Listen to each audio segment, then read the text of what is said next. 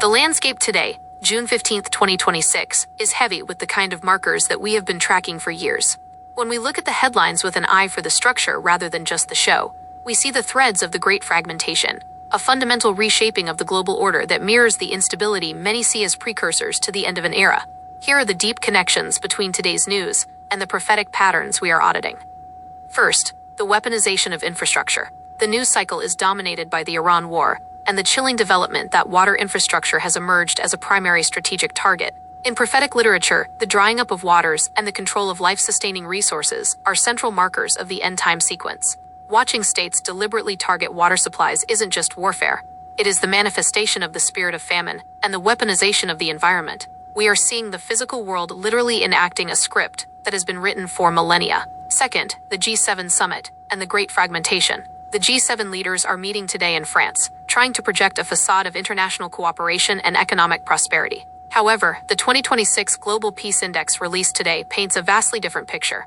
Global peace is at its lowest level since the inception of the index. This is the definition of peace and safety rhetoric, masking a world that is actually falling apart. The disconnect between the G7's diplomatic goals and the report showing 119 countries becoming less peaceful is the managed narrative in action. The Great Fragmentation is essentially the collapse of the artificial unity man tried to build, leaving the world fractured, perfectly primed for a singular authority to eventually attempt to bind the pieces back together. Third, the shift in mediators. The news cycle notes an agreement between the United States and Iran to end the war, alongside the Vatican releasing messages for the World Day of Grandparents and the Elderly.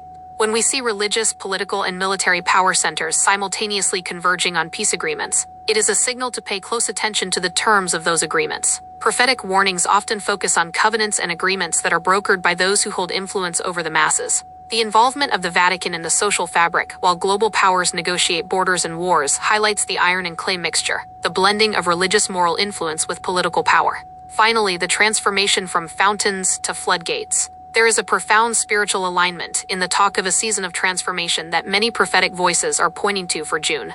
The unrest, the sabotage of undersea cables, and the militarization of 108 countries indicate that the world is moving from under the surface pressure to open, visible turmoil. We are witnessing the acceleration of the Great Fragmentation. The taunting spirits, mockery in media, and intimidation in government are no longer subtle. They are fully visible now.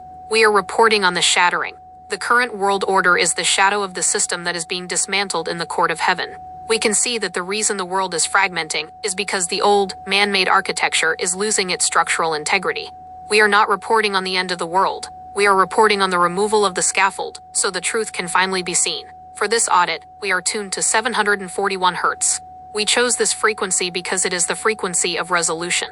It cuts through the fog of the accuser's litigation and brings us into the clarity of the court of heaven, where the case is already closed and the debt is settled. Find this frequency and more in the Scion Frequency Hub. Check the comments for free resources and the link. Share this to help others see the truth, and subscribe to stay tuned to the audit. The algorithm hides these gaps, but we are here to bridge them.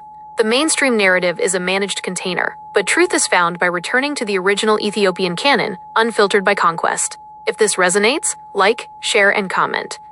That's how we break the noise. For the full audit, check the pinned comment for the Scion Frequency Hub.